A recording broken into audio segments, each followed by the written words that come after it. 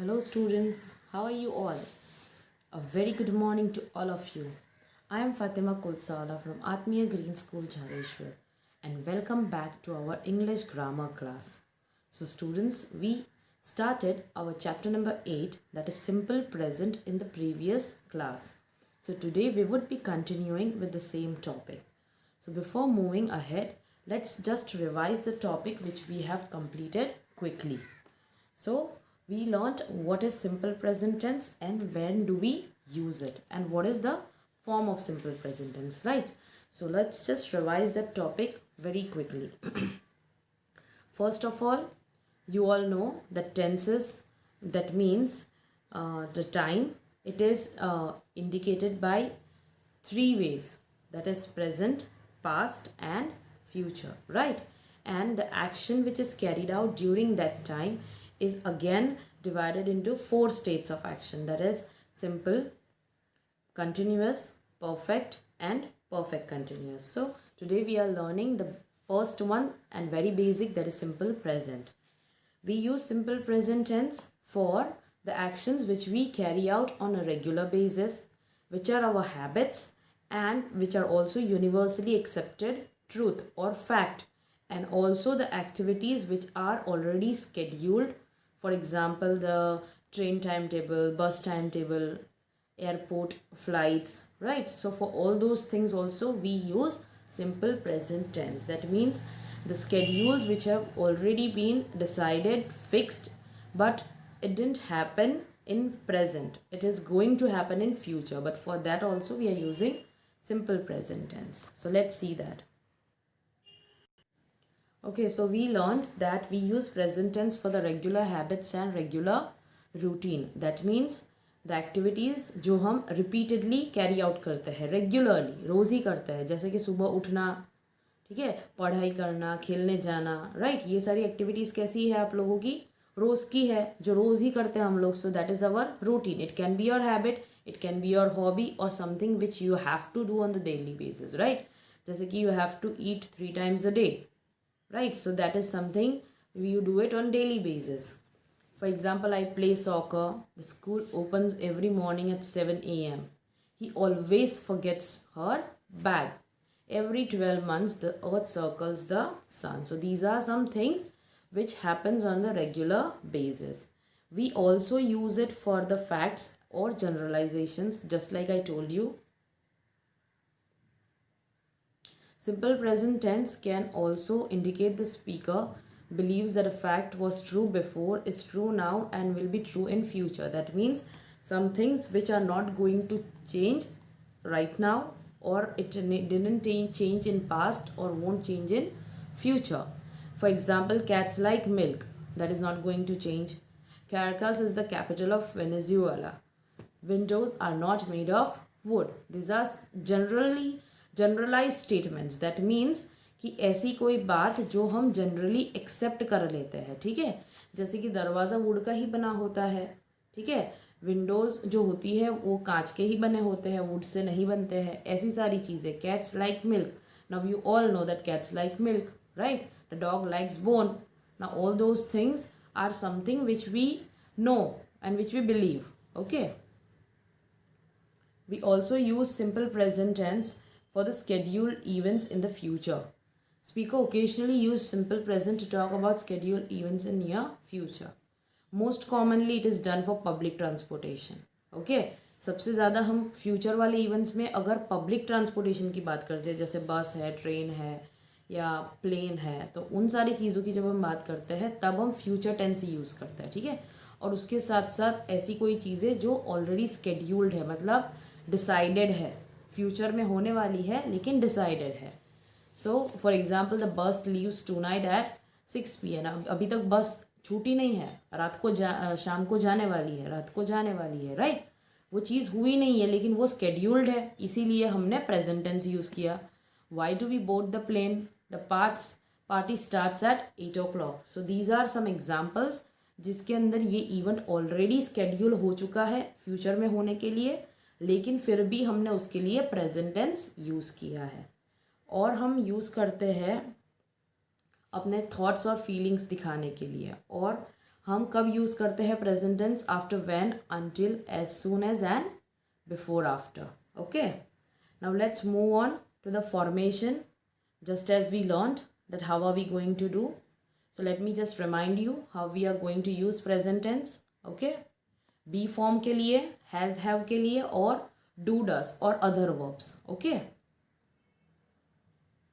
so here as you see हम आई के साथ प्रेजेंट टेंस में एम यूज़ करते हैं. ये किसके लिए है? बी फॉर्म्स के लिए. ठीक है, जो हम नॉर्मली हेल्पिंग वर्ब की तरह यूज़ करते हैं. ठीक है, हम बी फॉर्म किसके लिए यूज़ करते हैं? Most of the time helping verb की तरह, लेकिन प्रेजेंट टेंस में वो एक सिंपल वर्ब की तरह यूज़ किया जाता है. ठीक है, फिर यू, वी एंड दे, इन तीन के साथ हमें क्या यूज़ करना है? आर. यू, वी और दे. यू सिंगुलर हो या प्लूरल हम आर यूज़ करते हैं. वी प्लूरल है और दे भी प्लूरल है. ठीक है, तो आई के साथ एम और यू, वी और दे के साथ आर. और फिर he, she and it. He, she and it, ये तीनों क्या प्रेजेंट करते हैं आपके लिए? Third person singular. जब भी हम थर्ड पर्सन सिंगुलर की बात करते हैं तो बी फॉर्म क्या आएगा? इज आएगा. ठीक है, बी फॉर्म क्या आएगा आपका? इज आएगा. Now let's see has have. So has have is very simple. You just have to remember we use has with third person singular. किसके साथ यूज़ करेंगे हम has? He, she and it. ये क्या बताता है? Third person singular. तो सिर्फ इन तीनों के साथ या फिर थर्ड पर्सन के अंदर जो भी आता है, जैसे कि boy, girl, animal, place, thing, जो भी आता है, right, he, she and it, तो वो जो थर्ड पर्सन है सिंगुलर, उसके लिए ही सिर्फ हैज़ यूज़ करना है. बाकी सबके साथ हम क्या यूज़ करेंगे? हैव. जैसे कि आई, यू, वी एंड दे, इन सब के साथ क्या यूज़ करेंगे हम लोग? हैव यूज़ करेंगे. ठीक है, now let's see the verb do and does. That is also again same. We have to use does along with he, she and it. इन तीनों के साथ हमें क्या यूज़ करना है? does यूज़ करना है. ठीक है, ये फॉर्मेशन है. याद रखना है कि सिंपल प्रेजेंट टेंस में सब्जेक्ट आता है, उसके बाद वर्ब आता है, राइट. तो ये वर्ब कौन सा यूज़ करना है वो डिपेंड करेगा आपके सब्जेक्ट के ऊपर. ठीक है, अगर आपका सब्जेक्ट थर्ड पर्सन सिंगुलर है, ही, शी और इट, और आपको सेंटेंस में डू या डज यूज़ करना है तो आप डज यूज़ करोगे. ठीक है, और अगर डू यूज़ करना है तो आपका सब्जेक्ट या तो फर्स्ट पर्सन होना चाहिए, सिंगुलर या प्लूरल. ठीक है, उसके बाद यू के साथ आता है, you use it along with the you, have and they have. ठीक है, सो ये याद रखना है आपको.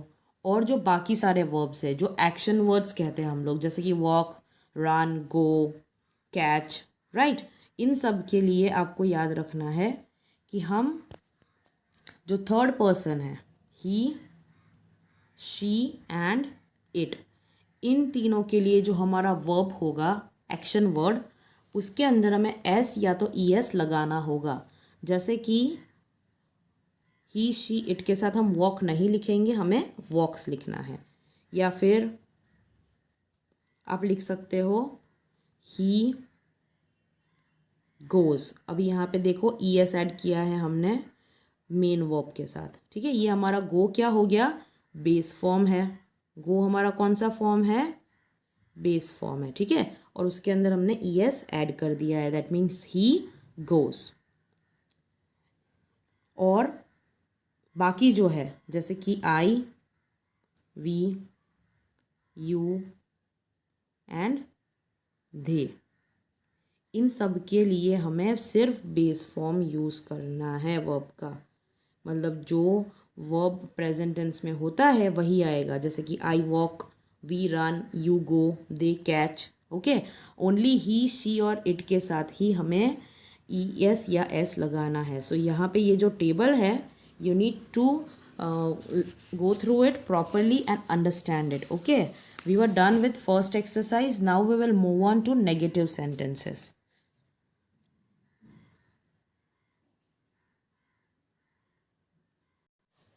Okay, now let's see the negative sentences. How are we going to make it in present tense?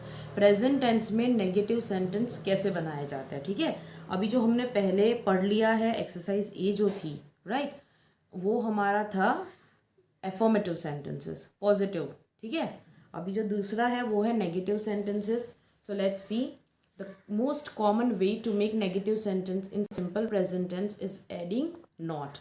What can we do over here? We can add not to the verb. Okay, what are we going to do? We are going to add not to the verb. जो भी हमारा be form है, B का जो form है, जैसे कि is, am and are, हमारा बी फॉर्म क्या है? Is, am and are. Is हम थर्ड पर्सन के लिए यूज करते हैं, singular, he, she, it. I के साथ हमें एम यूज करना है, राइट. और आर हम यूज करते हैं प्लूरल नाउन्स के साथ और आई और यू के साथ, ठीक है. और उसके अंदर हमें सिर्फ नॉट का एडिशन करना है. Let's see the example over here. First one is I am tired. So we just added not over here, C.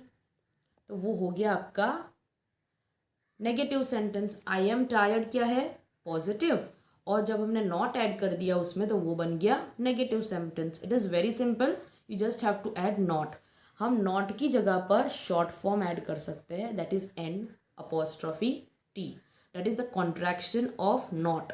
Okay, not की जगह पर एन अपॉस्ट्रॉफी टी लिख सकते हैं हम लोग. The baby is sleepy. The baby is not sleepy. Now instead of is not we can write isn't. ठीक है, ये हो गया आपका कॉन्ट्रैक्ट फॉर्म या शॉर्ट फॉर्म. दे और you are my neighbours. They और you are not my neighbours. तो यहाँ पर भी हम आर नॉट लिखा है, उसकी जगह पर हम आरंट लिख सकते हैं. ठीक है, समझ में आया. और याद रखना सब्जेक्ट के बेस पर ही आपका वर्ब डिसाइड होता है. So you need to remember the table which we studied just few minutes back. मैंने आपको फिर से रिवाइज करवाया है पूरा सिंपल प्रेजेंट. जो मैंने आपको लास्ट वीडियो में पढ़ाया था वो सारी चीज़ें भी मैंने आज रिपीट की है. और उसमें जो मैंने आपको टेबल समझाया था वो आपको बहुत अच्छी तरीके से याद रखना पड़ेगा. ठीक है, और हमेशा आपका जो वर्ब है वो किसके बेसिस पर डिसाइड होता है? सब्जेक्ट के बेस पर डिसाइड होता है. ठीक है, तो आपको याद रखना है कि आपका सब्जेक्ट कौन सा वाला है. फर्स्ट पर्सन है, सेकेंड पर्सन है, थर्ड पर्सन है, या सिंगुलर है या प्लूरल है. वो सारी चीज़ें आपको ध्यान रखनी है. ठीक है. Sentence that use not to give a negative meaning are called negative sentence. Obviously ये तो आपको मालूम ही होगा कि नेगेटिव सेंटेंस किसको कहा जाता है? जो आपके सेंटेंस को नेगेटिव मीनिंग देता है वो सिर्फ. Okay, now let's see if a sentence does not have a be verb. और बी वर्ब क्या होता है हमारा? इज, एम और are. Right, we have 3 be verbs for present tense, that is, am and are. I am, he, she, it के साथ is और बाकी सब के साथ are. right. अगर सेंटेंस में बी वर्ब नहीं है तो हम यूज़ करते हैं हेल्पिंग वर्ब्स जैसे कि डू और डज. एंड उसके साथ जो वर्ब आएगा वो हमारा हमेशा बेस फॉर्म रहेगा. मतलब जो एक्शन वर्ब है वो हमेशा बेस फॉर्म रहेगा जब हम हेल्पिंग वर्ब यूज़ करते हैं डू और डज. ठीक है, और अगर डू और डज ऐड करते हैं तो सेंटेंस में जो हैज़ होता है वो चेंज होके हैव बन जाता है. ठीक है, so let's see the example over here. The first one is I, you, we and they like tea. So as you see over here, ये जो है आई, यू, वी और दे, उसके साथ हम नॉर्मली कौन सा वाला वर्ब यूज़ करते हैं? Base form. ठीक है, तो वो क्या है? लाइक. और जब हम ऐड करेंगे डू नॉट या डोंट तो भी वो होगा बेस फॉर्म ही. ठीक है, मतलब वहाँ पे कोई चेंज नहीं आया क्योंकि वो ऑलरेडी बेस फॉर्म में ही था. आपका जो वर्ब है लाइक वो बेस फॉर्म में ही है, मतलब प्रेजेंट वाला फॉर्म, एस नहीं है उसके अंदर. ठीक है, तो जब हम डू नॉट ऐड करते हैं तब भी वो वैसा ही रहेगा. I, you, we, they do not like tea. Now let's see the second sentence. She, he, the baby likes milk. Now as we learned before that we need to add s or es to the verb when we are talking about third person singular. जब हम third person singular की बात करते हैं उस वक्त हमें verb जो है वो हमारा बेस फॉर्म के साथ s लग जाता है. ठीक है, जैसे कि यहाँ पर लाइक बन गया likes. But now see the change over here. When we make it into negative and add does not, he she it के लिए क्या यूज़ होगा, डज होगा यूज़, है ना. तो अगर हम उसके साथ डज नॉट यूज़ करते हैं तो जो हमारा वर्ब है, ठीक है, यहाँ पर क्या है लाइक्स, और यहाँ क्या हो गया लाइक, मतलब बेस फॉर्म आ गया. ठीक है, तो जब हम डज या डू या डज ऐड करते हैं सेंटेंस में, तब हमारा जो वर्ब है वो बेस फॉर्म में ही रहेगा. ठीक है, ये याद रखना है कि जब हम सेंटेंस में हेल्पिंग वर्ब ऐड करते हैं डू या डज, तो हमारा जो वर्ब होता है, एक्शन वर्ड जो होता है, राइट, जो यहाँ पे है लाइक, अच्छा लगना, तो वो हमारा बेस फॉर्म हो जाएगा. Let's see one more example. I you we they have a nice garden. जैसे कि ये है I you we and they, तो उसके साथ हमें कौन सा वाला वर्ब यूज़ करना है, हैज़ हैव में से हैव यूज़ होगा, right. They have a nice garden.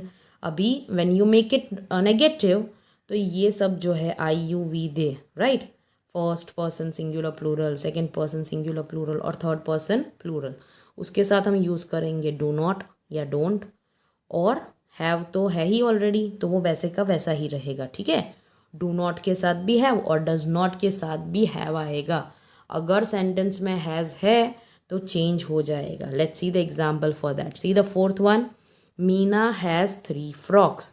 Now as you can see over here, Meena is third person singular, right.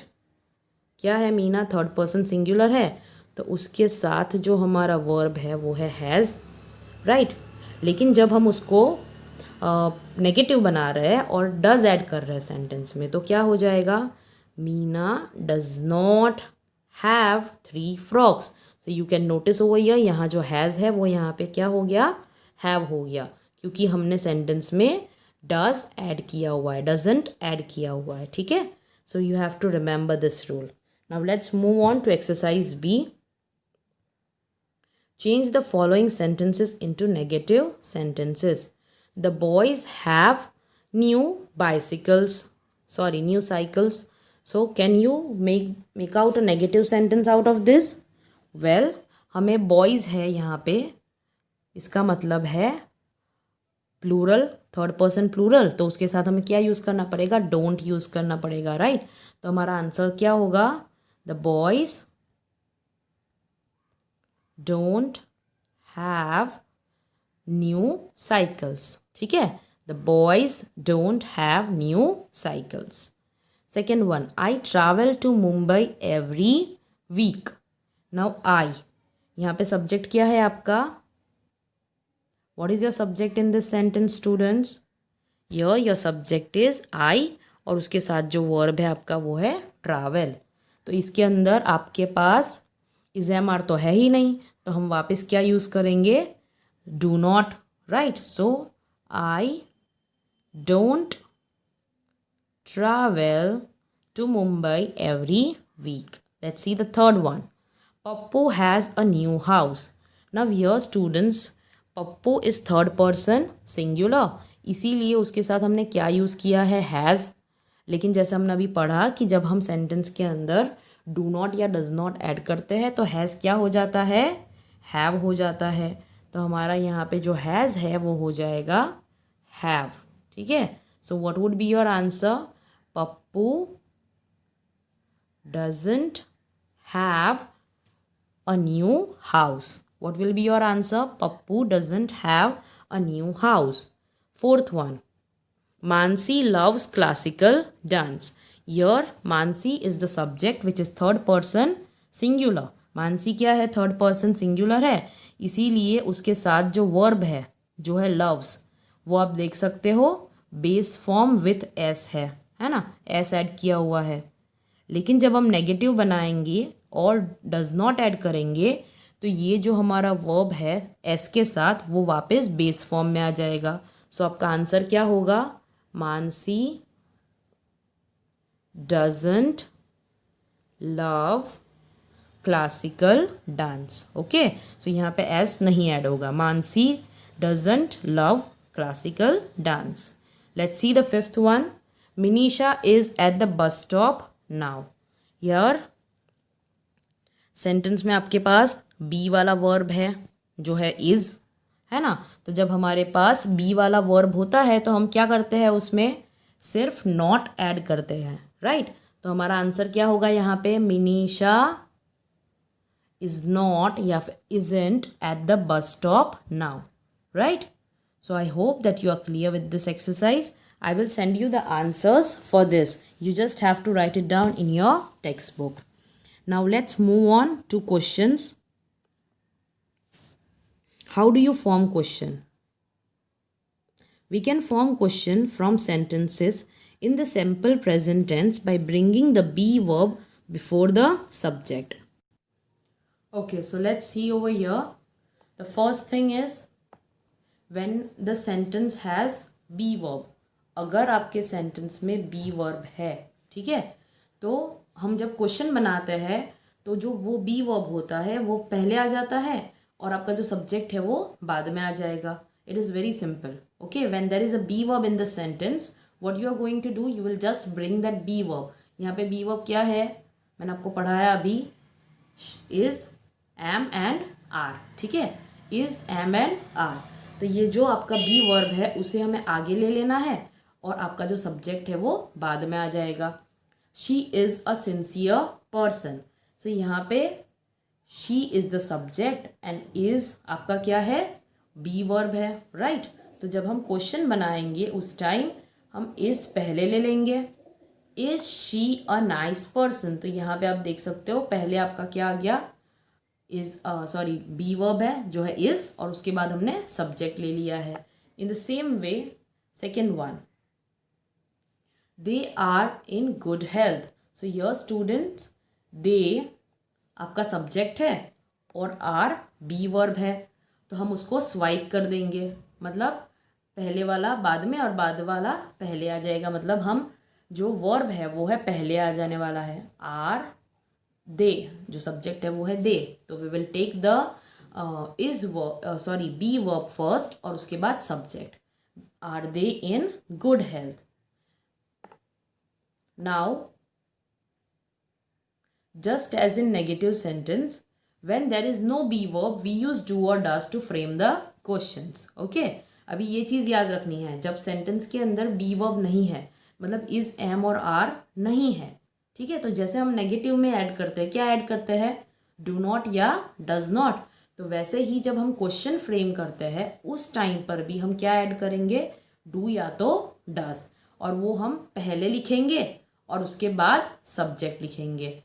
और उसके बाद क्या होगा, आपका वर्ब का बेस फॉर्म. याद रखना है आपको कि जब आप डू और डज ऐड करते हो सेंटेंस में तो आपका बेस फॉर्म का वर्ब होना चाहिए और साथ में वो पहले आ जाएगा जब वो क्वेश्चन बनेगा और उसके बाद सब्जेक्ट आएगा. जैसे कि let's see the examples over here. The first example over here is the doctors go on strike often. So here the doctors is your subject and go is the verb. अभी इसके साथ कोई is, M, are वाला verb नहीं है, मतलब B verb नहीं है, तो हमें क्या यूज़ करना पड़ेगा, डू या डस. अभी जैसे डॉक्टर्स क्या है, third person, doctors is third person plural, तो उसके साथ क्या जाएगा, डू. सो हमने पहले क्या लिखा, do the doctors go on the strike often. So here you can see what it is. Do आया पहले, उसके बाद सब्जेक्ट आया सेंटेंस का जो है डॉक्टर्स, और उसके बाद गो जो है आपका वर्ब का base form, right. So do the doctors go on strike often. Now let's see the second one. Now this is very important. The peon brings files to me. Now here you can see brings is the subject, sorry, brings is the verb और जो peon है, the peon, that is your subject. और यहाँ पर आपका subject क्या है, singular है, थर्ड पर्सन सिंगुलर है, तो हमें क्या यूज़ करना होगा जब हम क्वेश्चन बनाएंगे, डज यूज़ करेंगे, राइट. तो यहाँ पे हमने पहले यूज़ किया डज, उसके बाद आया हमारा subject that is the peon, और फिर देखो यहाँ पे ब्रिंग्स बन गया ब्रिंग. क्यों, क्योंकि ब्रिंग्स हमने यूज़ किया था एस वाला फॉर्म थर्ड पर्सन सिंगुलर की वजह से, लेकिन जब हमने सेंटेंस में डज यूज़ किया तो उसके साथ हमें वर्ब का बेस फॉर्म ही यूज़ करना है, ठीक है। So does the peon bring files to me, okay. Now let's see, such questions are called yes no questions because in practice if such a question is asked we mostly reply with just a yes or no. In negative sentence not is added after the subject.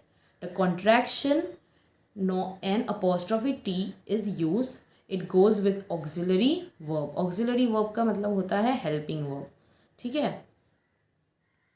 Is Varu not happy to receive his report card? या फिर isn't Varu happy to receive his report card. अभी देखो ये जो sentence है ये negative question है, ठीक है। Is Varu not happy to receive his report card, तो यहाँ पे इज़ जो है वो जो हम क्वेश्चन बनाते हैं तब अगर बी वाला वर्ब है तो हम आगे लाते हैं, उसके बाद सब्जेक्ट है, और ये नेगेटिव है इसलिए हमने नॉट लिखा हुआ है। अभी मान लो हमें इज़ नॉट की जगह पर कॉन्ट्रैक्शन यूज़ करना है तो हम क्या लिखेंगे, इज़ंट लिखेंगे, ठीक है। जैसे यहाँ पर है see isn't, isn't is the short form of is not. Is और नॉट का शॉर्ट फॉर्म हो गया इज़ंट, तो यहाँ से नॉट निकाल के हमने क्या कर दिया, यहाँ पे ऐड कर दिया isn't Varu happy to receive his report cards. Now let's see the third one, does Jasmine not drive well? Now over here does and not मतलब नेगेटिव क्वेश्चन है, राइट।